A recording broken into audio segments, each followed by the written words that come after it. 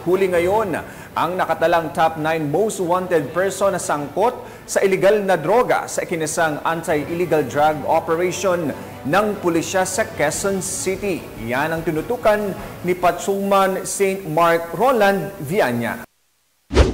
Huli ang dalawang individual na may warrant of arrest sa ikinasang manhunt operation ng Special Operations Unit NCR. PNP-DEG sa pamumuno ni Police Lieutenant Colonel Joey T. Kaise, SOU Commander, kasama ang Pasong Putik Police Station 16 ng Quezon City Police District sa Barangay Toro, Quezon City alas 3:30 ng hapon noong July 10, 2024. Sa bisa ng warrant of arrest na inisyo ni Honorable Judge Luis Zenon Q. Masirin ng RTC National Capital Judicial Region Branch 218 ng Quezon City. Noong July 9, 2024, huli ang isang 51 anyos na individual dahil sa kasong paglabag ng Republic Act 9165 o ang Comprehensive Dangerous Drugs Act of 2002. Ang naarestong suspect ay nabasahan ng kanyang mga karapatan sa wikang kanyang naintindihan. At ito ay pansamantalang nakulong sa detention facility ng Pasong Putik Police Station 16 habang hinihintay ang commitment order mula sa korte.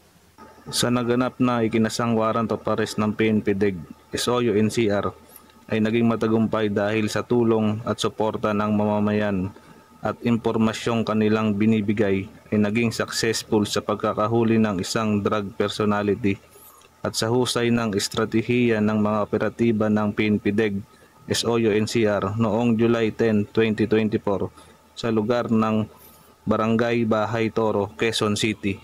Ang matagumpay na operasyong ito ay nagpapakita ng determinasyon ng ating mga otoridad na labanan ang krimen. Sa kanilang mabilis at epektibong aksyon, pinapakita nila na ang kanilang dedikasyon sa kaligtasan at kaayusan ng ating pamayanan. Sa mga nais magsumbong, maaari kayo mag-text o tumawag sa numerong nasa inyong screen. Dahil dito sa Bagong Pilipinas, ang gusto ng pulis, ligtas ka. Mula sa tanggapan ng PNP Drug Enforcement Group, ako ang inyong PNN Correspondent, Patrolman St. Mark Roland Viana, alagad ng batas, tagataguyod ng Balitang Pulis.